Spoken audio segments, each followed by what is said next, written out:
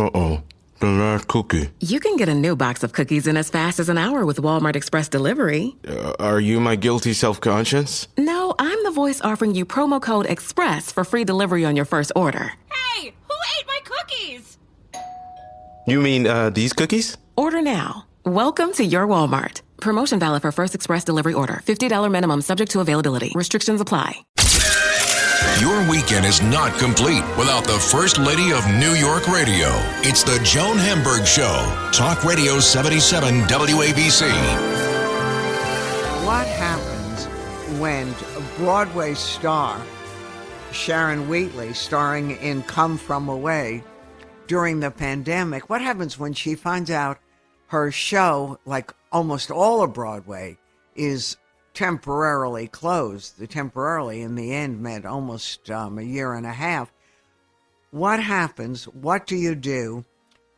Come listen to Sharon Wheatley, actress, writer, storyteller, academic, when she decides with her family to rent an RV and go across America. You're going to laugh, you're going to cry, and you're going to get a sense of what this country's all about. And don't forget, also on today's show, Jane Goodall. What a fascinating woman. What a fascinating life. I can't wait for you to share her with me. So all this coming up now on the Joan Hamburg Show. Taking you behind the curtain. It's the Joan Hamburg Show. Talk Radio 77 WABC. Welcome, everyone, to the Joan Hamburg Show. You know, we're looking back. People already are acting as if what we all went through is over, and I certainly hope so. But when I think about what I did for 2.5 years, I sort of come up with nothing. But actress and singer, writer, educator Sharon Wheatley had a different adventure.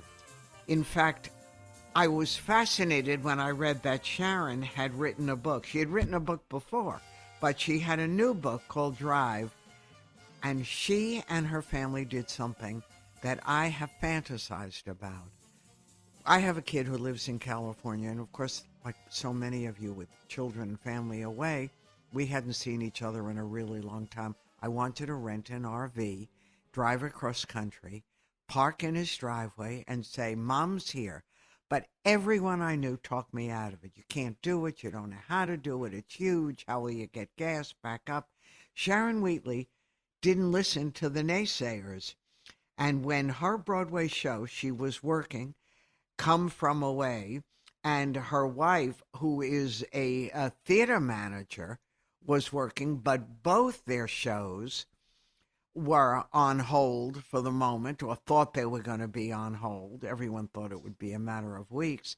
When her kids had school situations that were not going to be as usual, Sharon did something incredible. Welcome. I got the biggest kick out of reading Drive because it was not only funny, it was a look at America and look at how people are living. And it was, you know, that you did that was just incredible. Thank you. I have to say, I look back on it now and I think exactly the same thing. I can't believe we did it. I mean, I'm in the process of looking at booking a little spring break trip. And to be honest, I'm looking at, you know, ritzy hotels and how nice can I Resorts. make it? Yeah. No, I'm a resort girl. I am not a let's hop in an RV kind of a girl. I had never been in one in my life, nor, unlike you, I had never fantasized about doing it. But, you know, as we all know, coming through this pandemic, sometimes necessity is the motherhood of invention. And I had to get my child from one coast to the other, and I was raised to make difficult situations an adventure. And I thought, how can I do this? And I was scared. I'd be scared too. And you were having company, you know, but still. So where did the IV, did you just wake up and say, I'm going to do this and look at this? Because of the pandemic, no one wanted to stay in hotels or motels and worry about food and eating in restaurants, right? It was anxiety time. It's true. And, sometimes it's when we look back at the beginning days of the pandemic now, I don't think that people are nearly as hesitant to stay in a hotel. I think that we've all figured it out in a way that we didn't have it figured out back in May and June of 2020. That was still very much, life was shut down. And people weren't traveling on airplanes and people weren't staying in hotels. There was still a lot of, I remember hearing stories about people who would rent a hotel for 2 nights and they would let the hotel room sit empty for the first night to get out any, infections that might be in the air. And then they would stay there the second night. And I just thought, well, that sounds expensive and still risky in terms of having to check in and go into elevators and everything else. And there was always the issue of really simple things like a public restroom. If you drive across country, you're still having to go into every public restroom. It seemed like everything I looked at was incredibly risky. Right. Everything was threatening. And it really was, because we didn't know anything. It's true. And I have, and I think there are many parents who are divorced and have agreements with their spouses, child's other parent. Toby needed to spend the summer with their dad in San Diego. And I thought, how can I do this? So I went around and around and around about it. And my wife, unlike me, had done some RV trips in childhood. Really, it was just her grandparents who were driving, and she didn't do anything. But she had very nostalgic memories of this and had always said, I want to go around in an RV. And I kind of just said, sure, someday, thinking never. So I had a pretty good idea when I came up with the idea. I just kept thinking, what can I do that's self-contained? And it just kept coming back around to RVs. And at that time, no one was renting an RV except healthcare workers who were renting them and parking in their own driveways so that they could come and go to the hospital without safely infecting their kids. Yeah. So I got a great deal because no one was doing it at the time. And they gave me an open-ended contract, which I didn't think that I would need. But we ended up hopping in that RV and figuring it out. And we stayed in it for 91 days. It's incredible because even though you were a Cincinnati girl and grew up where, even if you didn't live there, where I grew up in a town where I was in my car from the time it was legal and we drove all the time, but you're a New York City actress for all these years. And it isn't like you're driving great adventures or over difficult terrain. You had to get in this huge thing. And neither of you had done this really, where you were behind the wheel. And you had a kid with you, more than one at sometimes. And you had to figure it out, how to dump stuff out of it, how to gas it, how to turn it, how to make it in a driveway. I still don't know, even reading your book, Drive, how you did this. We watched Did you YouTube go to videos. school, by the way, for it before you took off? No. We went to YouTube school. We sat, the luxury of the pandemic is that we did have a lot of time as Toby was in homeschool and finishing up sixth grade, which is the grade that Toby was in at the time. Martha and I sat in the living room of the Airbnb that we had rented in Cincinnati, and we watched YouTube videos, which there are tons of them, with every single different detail about how to dump it. And Martha would focus on all of the functions of how to dump the this and the that and this and the that. Meanwhile, I was planning the color scheme and how to have the most comfortable bed and how do you drive and not have, your smoothie maker fall and smash in an RV. So we were working on completely different things. But it in this case, it worked really well. That we're so different, it worked very well. It was in our favor. But it was still incredibly intimidating, and we learned so much just on the first day. Well, and then when your wife had to go because her show was needing her, and they were doing recordings and stuff where and it was thrilling because you guys also had to deal with the money issue. When actors don't work, they don't get paid. That's right. I mean, we had basically, my sister said to me at one point, how are you going to pay for this? And I said, I've got a 0% credit card and a dream. I mean, we just put it all on a 0% credit card. So Martha was the production stage manager of Diana the Musical, and they did a lot of work during the pandemic on the show. And so Martha was constantly in Zoom meetings for Diana, and we were racing from free Wi-Fi to free Wi-Fi, trying to make sure that she was able to get in on these Zoom meetings, parking in McDonald's parking lots or parking in Starbucks parking lots or public libraries, any place that had free Wi-Fi that might reach the RV. So that became an unexpected goal to achieve every day. And she would do Zoom meetings, and I would walk the dogs or whatever. And then we were somewhere in the middle of Montana. I mean, really deeply in Montana. And she got a call that they were going to film Diana the Musical for Netflix. Now, that's a break. I mean, it was great. And, well, Martha cried, and I crunched numbers is kind of how it came down. And we looked at each other and said, you've got to go. You have to go and do this. And so then the decision was, am I going to turn the RV in and wait it out, or am I going to keep it out? And at this point, it was so close to the time when Toby was going to be done in San Diego. And then we had the issue of getting them back. And at this point, my older daughter, Charlotte, was also in San Diego now at this point. And so I just called Charlotte up and said, what do you think? Can we do this? And Charlotte agrees to everything.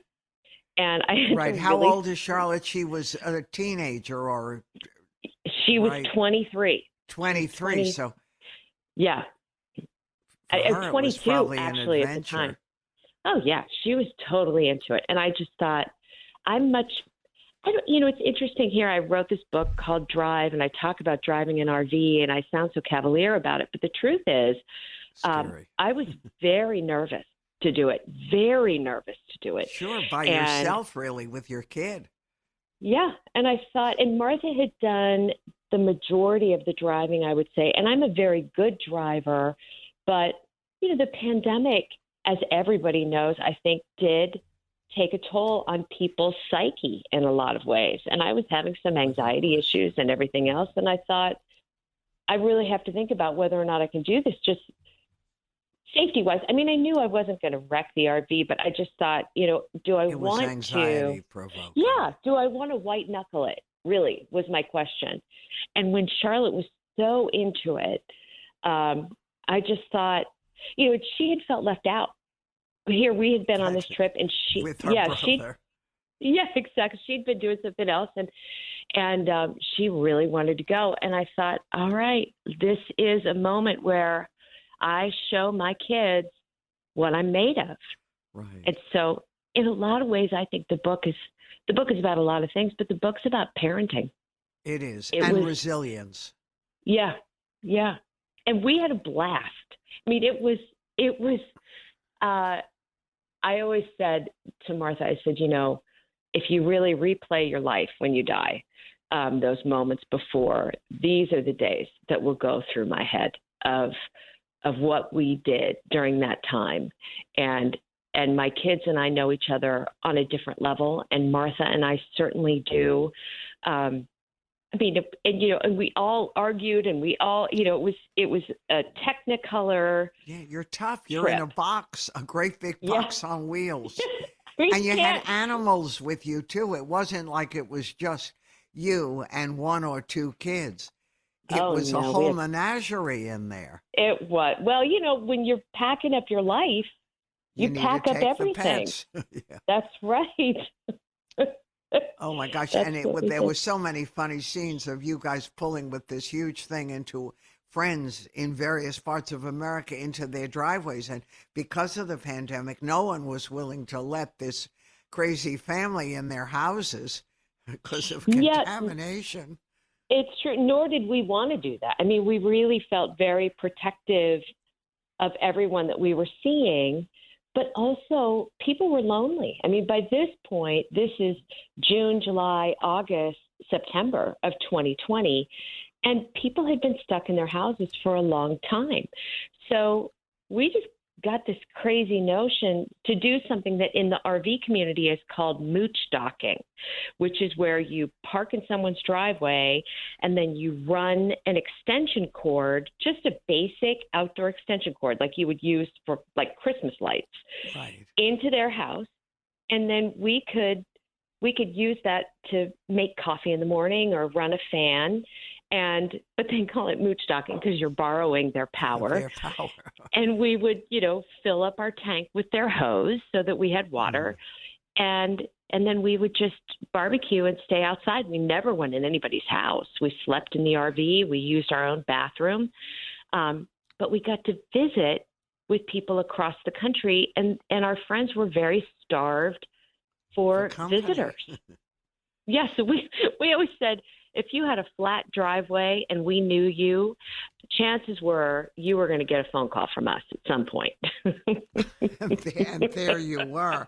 I'm talking to Sharon Wheatley and her new book, Drive.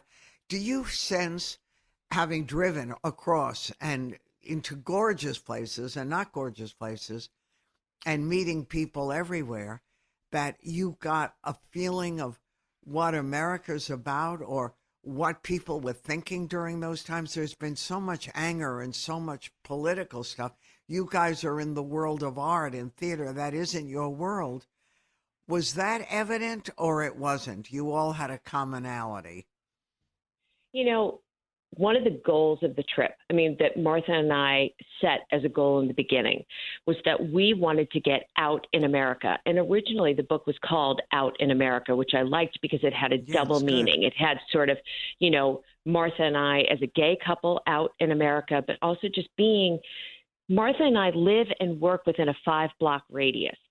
And here in Manhattan, in the epicenter of, liberalism, as my dad would say, your politics have to do with your zip code, which always made me mad. He was very Republican. My mother was very Republican, both of them conservative, Martha's parents as well.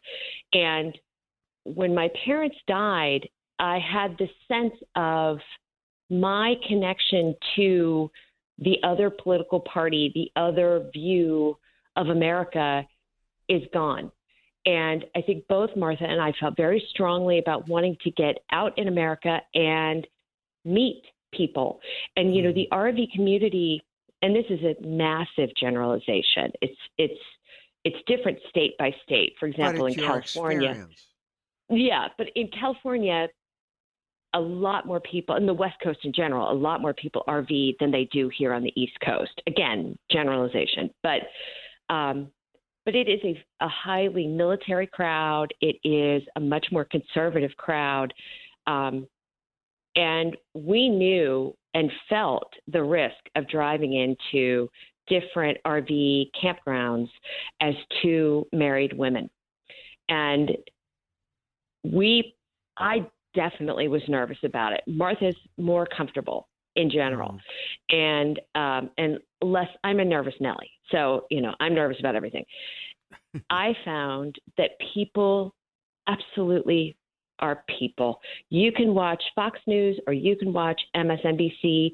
You can listen to all the reports, but I'm here to tell you that people are nice and kind and they were helpful. And the best thing was we found the themes of the show that I'm in, Come From Away, which is all about traveling and getting stranded somewhere and then relying on the kindness of strangers, regardless of everything, to be true in America as well. So that's the really good news that I have. if we had an issue, people were more than willing to come over and say, this is how you use this adapter. This is, your pump is stuck. You need to do this, or this is why this is leaking. And then we would chat, and we had a great time. I mean, and I think they admired that we were out doing it and trying. And, 2 women in a 30-foot RV with 2 dogs and 2 cats, you get noticed. Right. And a young kid in the beginning. That's right. That's right. I mean, and obviously not knowing what we're doing. And the RV that we rented has gigantic graphics on it. I mean, you can't miss us. So it was, I would say, more than anything, that's what I took away from the trip. I came back with a much greater sense of calm, even as I was watching the news. I thought, this is what people talk about, but it isn't. We've lived it. We lived it on a one-on-one interpersonal way that made me feel really good about who people are.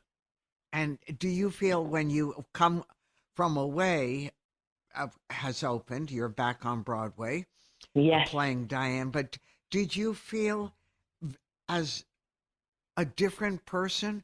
Was it life-changing, or is that just what people say when they're describing something? When you came back to the real world, Hell's Kitchen, the normal New York day-to-day is so different, and working on Broadway 8 shows a week. Were you a new you, or what was the perspective, Sharon? Sharon Wheatley is my guest. That's such a good question. Honestly, I think what had happened with me is that I had become my job. I had been in Come From Away since 2015. I had been on Broadway for a long time. And I had lost track of who I was underneath all of that. And so I do think that I came back with more confidence of there's life beyond this job for me. But I also can't, that doesn't mean I didn't sit in, a shopping mall parking lot in the middle of Washington State on a Tuesday night at 8:00 when I would normally be on stage, Right. In the middle of the pandemic. I mean, somebody sent me a video of people singing, one of the songs from Come From Away, and I clicked on it and started to listen to it, and I lost it. And I looked at Martha and I said, I can't go there. I have to stay very centered or contained. focused. Yes, exactly. And just I have to stay right where I am and enjoy it. I definitely came back to Hell's Kitchen. I mean, just speaking honestly, and noticed so much more of the crime and the drugs and the dirt. Right. You can't. I think that's normal, having been where I was. But it's gotten worse. Yeah, it's definitely gotten worse. There's no 2 ways about it. And I miss waking up to birds. I miss building a campfire at night. I miss looking at the stars. But, I know that's all out there. And it is a beautiful thing to be back with my second family and doing this show that means so much to people, and that I think people need to see right now. Not to do a plug for the show, but in all honesty, this is the show that if people are coming back to Broadway, I think this is the right one to see, because it reminds you that people are kind. And being part of that message every night is so important to me and to all of us that work on the show. It is about resilience. It is about kindness.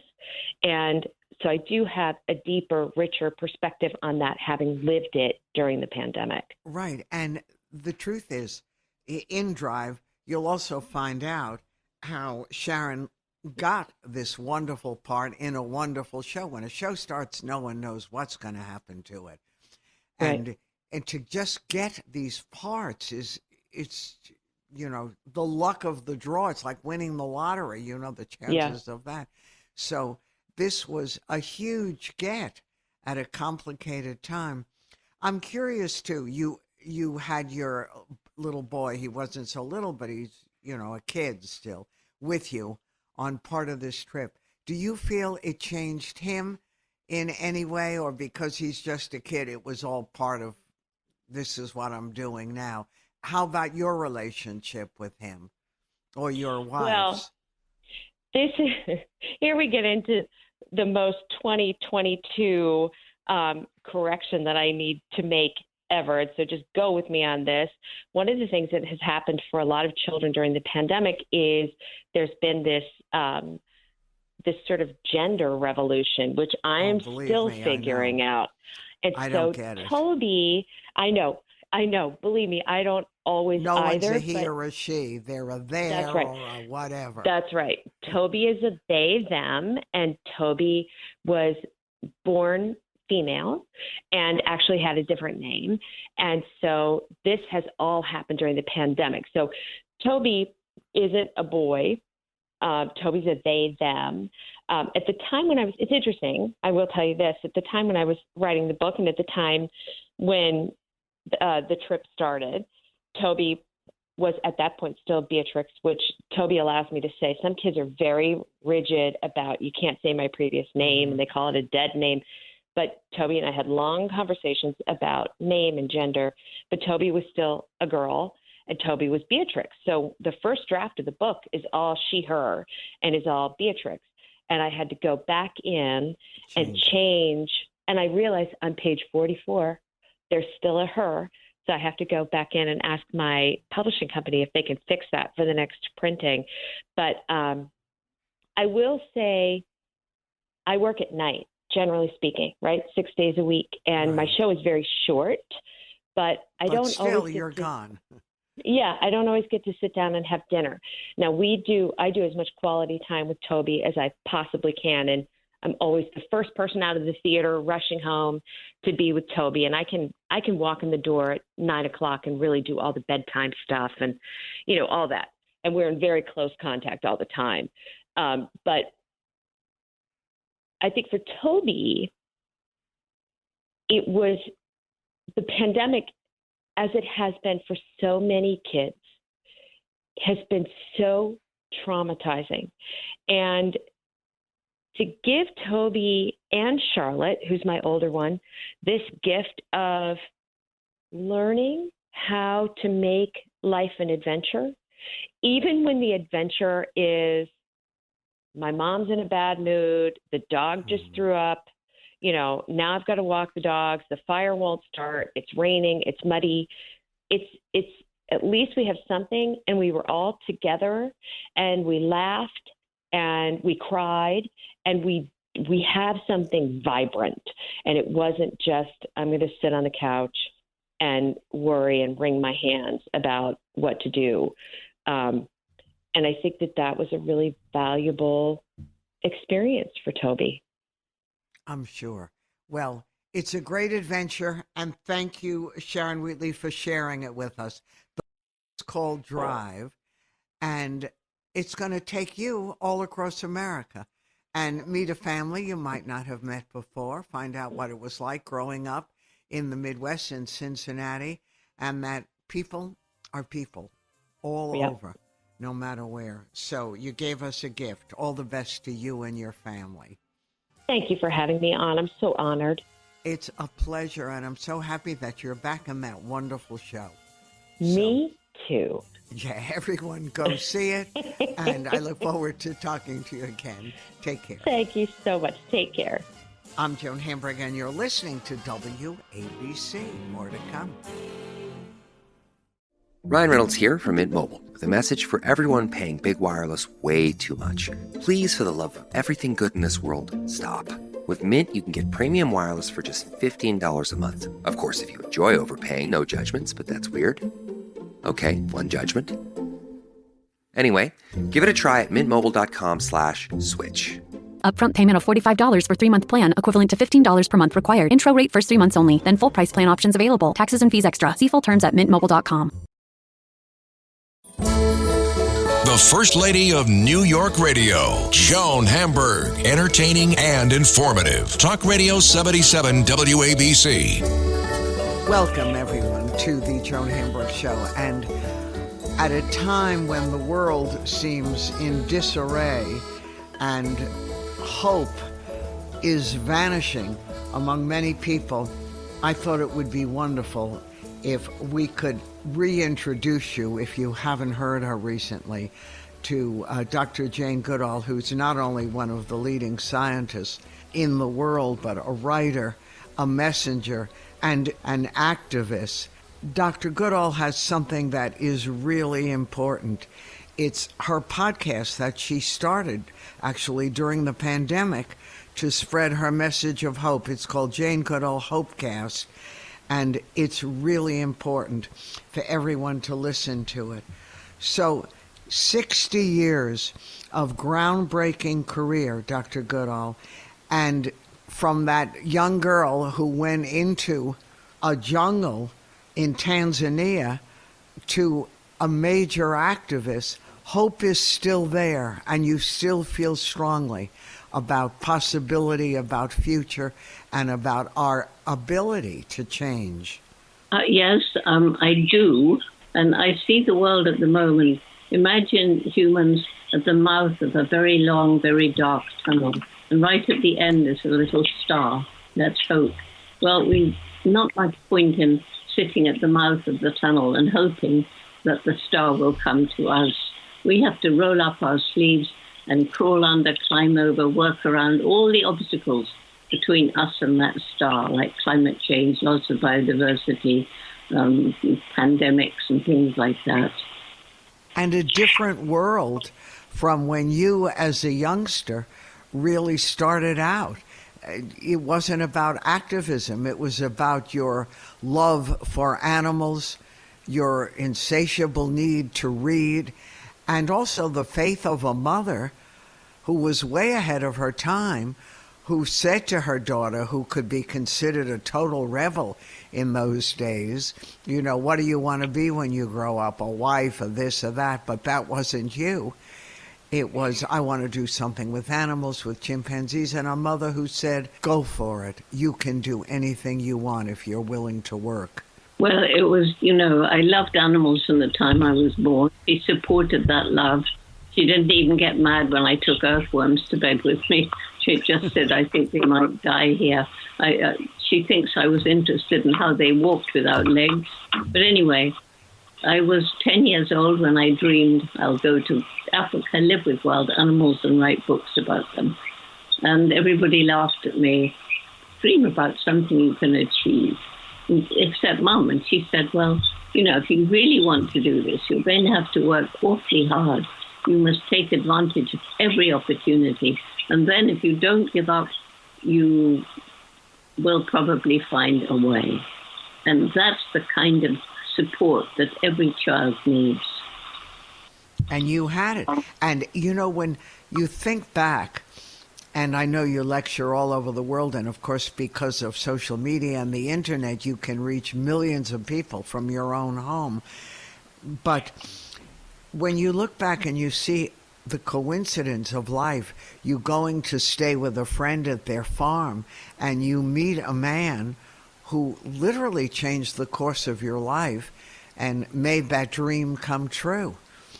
And you went for it. Yes, well, it was amazing, wasn't it? I mean, if I look back at my life now, I just see all these turning points where, but for something, I might have gone a different way and not done what I have done. It's really quite amazing. Yeah, and amazing that you met this man who was renowned in his field, and he was looking for a secretary and assistant. And there you were. You point out you hadn't gone to college yet. He took a chance. He hired you. And next thing you know, he's offering you a dream come true, an opportunity. Yeah, that was totally amazing. I mean, we didn't have money for university. We just had money for a secretarial course, boring old shorthand typing, right. Bookkeeping. We all had to do that. Yes, amazingly, Leakey wanted a secretary. So I was in a world where people could answer all my questions about the animals, you know, the birds and the mammals and the insects and the plants of Africa. And he must have seen something in me, a passion about learning about animals, my fascination with it, my determination. And he offered me this incredible opportunity to go and live with not just any animal, but the one most like us. Right. And he had full faith in you. I love the fact, too, that your mother came with you, which was part of the deal. And what a great adventure for her, too. But then you saw things that no one else had seen. And the fact is that when you said that you saw apes making tools and doing other extraordinary things, he believed you, and people started to believe you instead of saying, she's just a kid, what does she know? She isn't a scientist by training. And that was the start of a life adventure. Yeah, so Mum came with me because the British authorities, Tanzania was British back then, they wouldn't allow me to go without a companion, and she volunteered. And, you know, when I first began talking about chimps tool using, the science just said, well, why should we believe her? She's just a girl. She hasn't been to college. But it was when the National Geographic sent out Hugo van Lauwijk, a filmmaker, to film the behavior that I was observing. You know, the scientists had to change their minds. And back then they were so reductionist. You know, they thought that we were, the difference between us and other animals was one of kind, not degree, kind. But the chimps, because they're biologically so like us, proved that we're just part of and not separate from the rest of the animal kingdom. And that opened the door for studying other animals in a different way. Because, you know, when I began, nobody had studied chimps in the wild. In fact, almost nobody had studied any animals in the wild. All the studies were in captivity. And then when you brought back this information, it was shocking to many people, but they ended up believing you because the photographer had proof. He had photographs, and everything changed when that started happening. Yeah, well, he had film, and he was very, very talented. And you married him, right? Yes, I married him, and our son is now, you know, he's also involved. Well, my grandchildren are involved in environmental activities. And my son is building environmentally friendly houses. Oh, how fabulous. Where is he doing this? In Tanzania. Actually, he's in Tanzania at Gombe right now. Right. And the lake has risen in level because of the heavy rains, because of climate change. And so he's building walls to prevent the lake from washing away some of the houses. Yeah, you've done a good job. And it's because when you started, climate change, climate crisis wasn't even in the vocabulary. No, it wasn't. Absolutely wasn't. And there wasn't any need. I mean, the chimps were not endangered back then.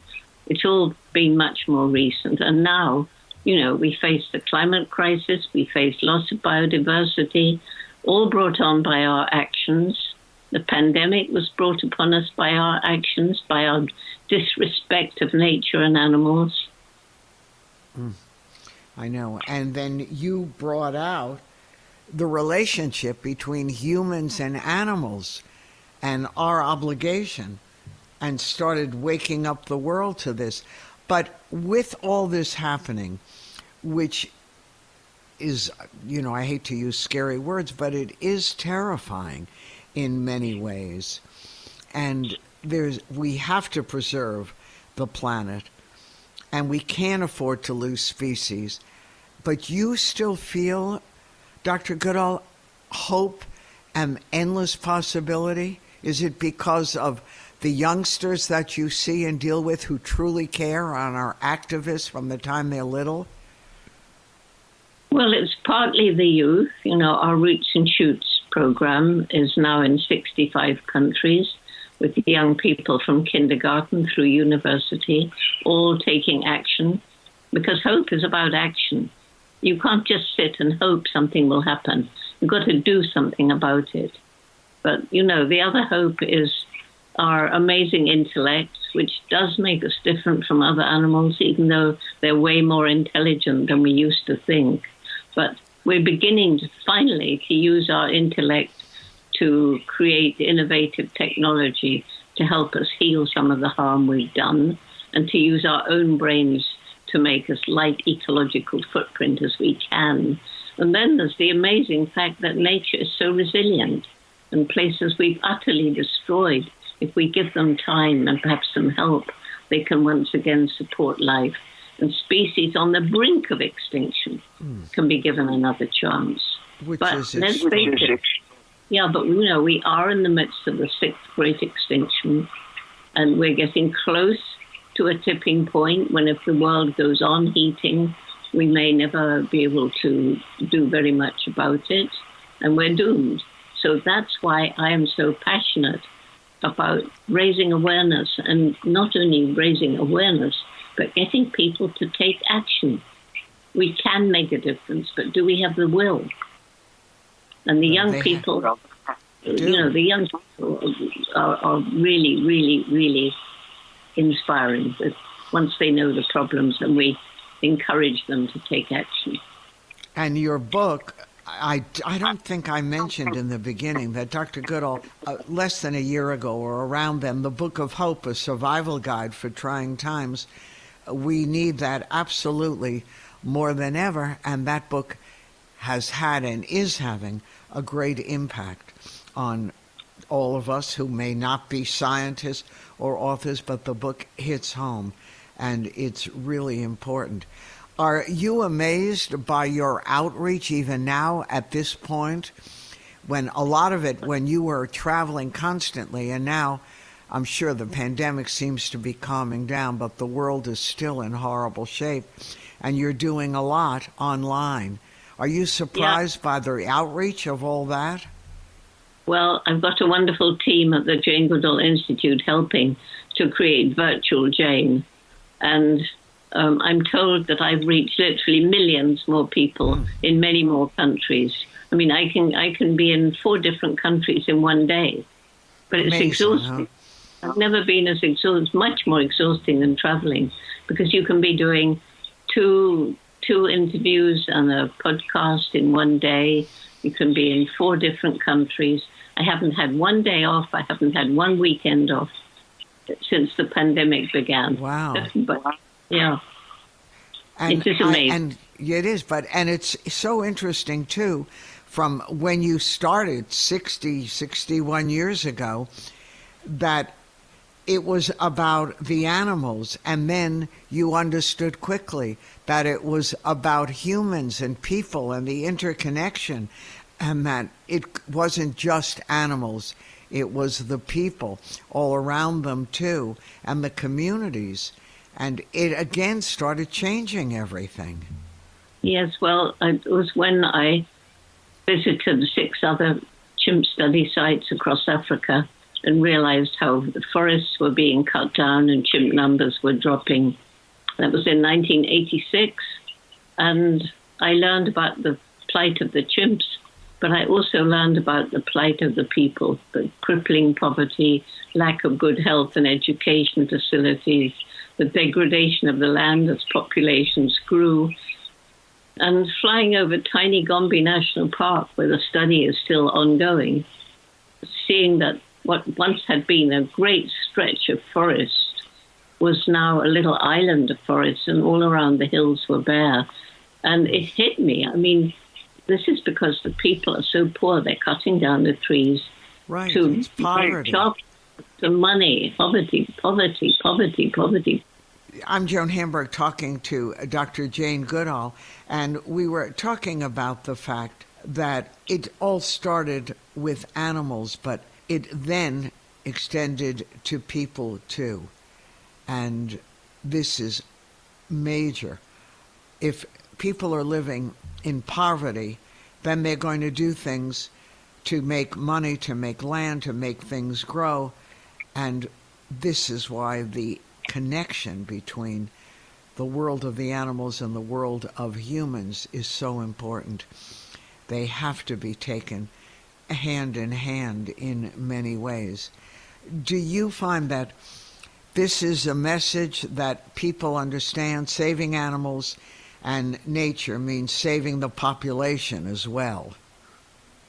Well, people are getting more aware, and this pandemic has helped, because we brought the pandemic on ourselves by our disrespect of animals, not treating them as the sentient beings they are with their own individuality, but capturing them, trafficking them or their body parts around the world to sell in wildlife markets, crowding them in tiny cages, stressing them, creating amazing conditions for a virus to jump from an animal to a person. When that happens, if it bonds with a cell in the human body, then it can create a new so-called zoonotic disease. And apparently of 70+% of all new human diseases are zoonotic in origin, either from crowding animals closer to people by destroying their environment, or through these wildlife markets, or the factory farms, where we crowd billions of sentient animals in terrible conditions. And, each one of those animals, each pig on a hog farm, is an intelligent being with its own personality. And feelings, as you point out. Yeah. And animals have emotions and feelings. They do, all of them. But when you started, and you point out that chimps can be aggressive, depending upon circumstance, what do you think it was that protected you? You went in there, 20-something years old, and waited until you had endless patience. They started accepting you. But what do you feel it was that enabled you to do that and not be attacked or harassed by the animals who could be protecting their own turf? Well, they first of all were frightened of me and ran away for 4 whole months. And then, I was harmless. They did start being very aggressive towards me at the beginning, treating me a bit like a predator, basically wanting me to go away. But I ignored them and pretended I wasn't interested. It was a bit scary. And, eventually they're not, most wild animals are not aggressive to humans unless we frighten them or unless they've been hurt. And in the end, all of this was our gift. But when you look back and you became a scientist, but in the very beginning it was your observation, your intellect, your gift to be able to reach out to animals. What does it take to be a good scientist? In that time, the scientific community laughed at you in a way, and your constant conversations about the feelings of animal, their abilities. Today, the world has changed. To be a good scientist, what do you need to be? And of course, more women are going into science because of you. I think one of the most important things about science is, and one of the reasons why women perhaps didn't want to go into science so much, is that one was told you can't have empathy with your subject. You've got to be totally objective. And if you have empathy for your subject, you cannot be objective, which is absolute rubbish. You can. I've proved it again and again. And science, it needs the head. Yes, we've got to be taught to think scientifically and logically and all that kind of thing, which I love. But we must involve the heart as well. And it's when head and heart work in harmony that we can get scientists who are also humane people. And all those years when your son was very little, did you bring him up in Tanzania, or where was he based then? He was in Tanzania until he was 8 years old. Uh-huh. And then he came to school in England and lived with my mother. So we're a nice extended family we are. Was it hard bringing up a little boy there? No, it was wonderful, but we had to keep him away from the chimps because, they are hunters. They eat mostly other primates. And the human baby is nothing but another primate to them. Right, a baby monkey or something. Yes, we had to keep him very safe. We had a house on the beach where the chimps seldom go. And he was always with someone. And he probably loved it from the time he was able to talk. Oh, yeah, he loved, well, what he loved was, the Gombe stream is on the shore of Lake Tanganyika. Mm-hmm. And he could swim before he could walk.